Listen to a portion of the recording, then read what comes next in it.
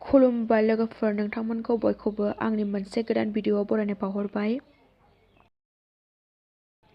गिबियावनो देग्लायनि एसएसएलसि आरो एचएस एग्जाम लिरगिरिफोरनिसिम आंनि अननाय आरो सिबिनायखौ बावहरग्रोनाय थाबाय।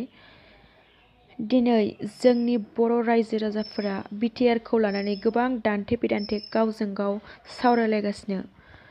BTR खौ लानानै जोंनि बर' रायजो राजाफोरा गोबाङानो रंजानाय दं आरो गोबां बर' रायजो राजाफोरानो रंजानाय मोनाखै।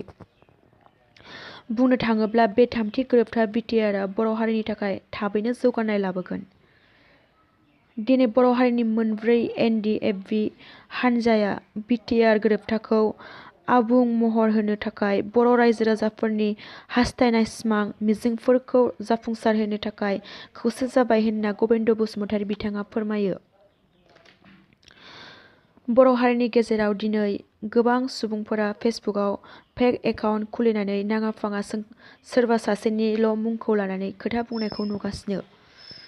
मानगोनां एबसुनि आफादगिरि बिथां प्रमद बर'नि सायाव मेगन गोसायै फेसबुकआव फेक एकाउन्ट खुलिनानै पस्ट खालामनाया मोजां जायाखै। सनितपुर डिस्ट्रिक्टनिफ्राय अजित आरबि मुंनि सासे सुबुङा फेसबुक पस्टनि गेजेरजों मोननैसो सोंथि सोंहरदों। बिथाङा सोंदों जे BTR आव सनितपुर डिस्ट्रिक्टआ सोसन जामारगोन ना? बिथाङा बुंबावदों जे दिनैसिम बर' हारिनि दैदेनगिरिफ्रा खौसे जानो हायाखै। बेनि गेजेराव एबसुनि आफादगिरि बिथां प्रमद बर'आ गावनि मासिखौ नागारसिगोन। बेनि थाखाय BTR नि बाहेरायाव थालांनाय बर' रायजो राजाफोरा गोसोआव गोबां दुखु आरो गिनाय सोमजिदों।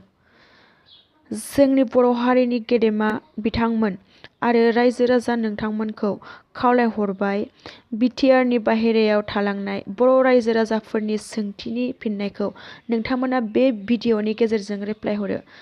दिनैनि रादाबखौ बेखिनियावनो फोजोबथ'नाय जाबाय। गोजोन्थों। जै बर' हारिनि।